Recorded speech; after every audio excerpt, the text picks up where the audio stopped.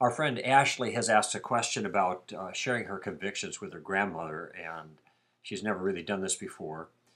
And she doesn't have a real open relationship apparently there, but she does want to share her own feelings and thoughts about Christ because she cares for her grandmother, obviously, and this is an important issue. When she did through email, because she was separated by distance, her grandmother simply said, "There, you've said it, now that's enough of that." And now Ashley wonders how she should respond, if at all. Um, Talking with family members about your convictions regarding Christ are among the most difficult kind of people to talk with. Jesus himself had problems in this regard. He said that a prophet is not without honor except in his own home, in his own town, with members of his own family. So there seem to be natural obstacles in dealing with that. And this requires that we, in a sense, walk a little more lightly. The advantage, of course, with family members is the fact that this is not just a chance encounter, so we may have future opportunities.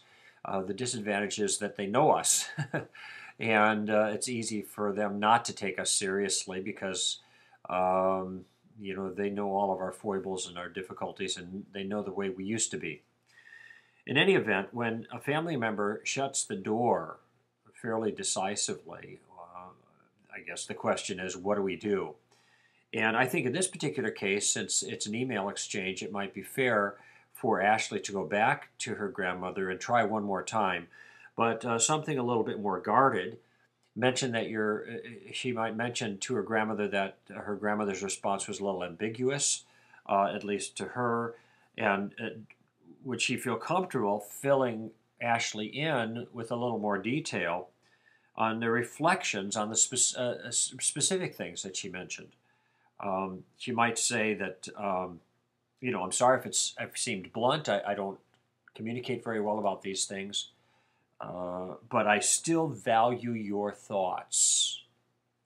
What do you think? And then leave it there. And if then the email comes back, like the first one, in other words, if her grandmother shuts the door decisively once again, I think it's probably a good idea to leave it be for the moment. Doesn't mean you can't revisit this, especially when circumstances change a little bit, but a lot of times it's best to let these rest. And then just keep your eye open for another opportunity where maybe you can enter into the conversation or add something. Maybe grandma's sick. Can I pray for you, grandma? And then you express your confidence in the Lord by praying confidently with grandma while she's there.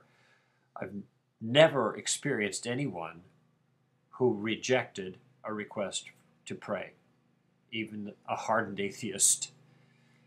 So I suspect family members in those circumstances would be responsive.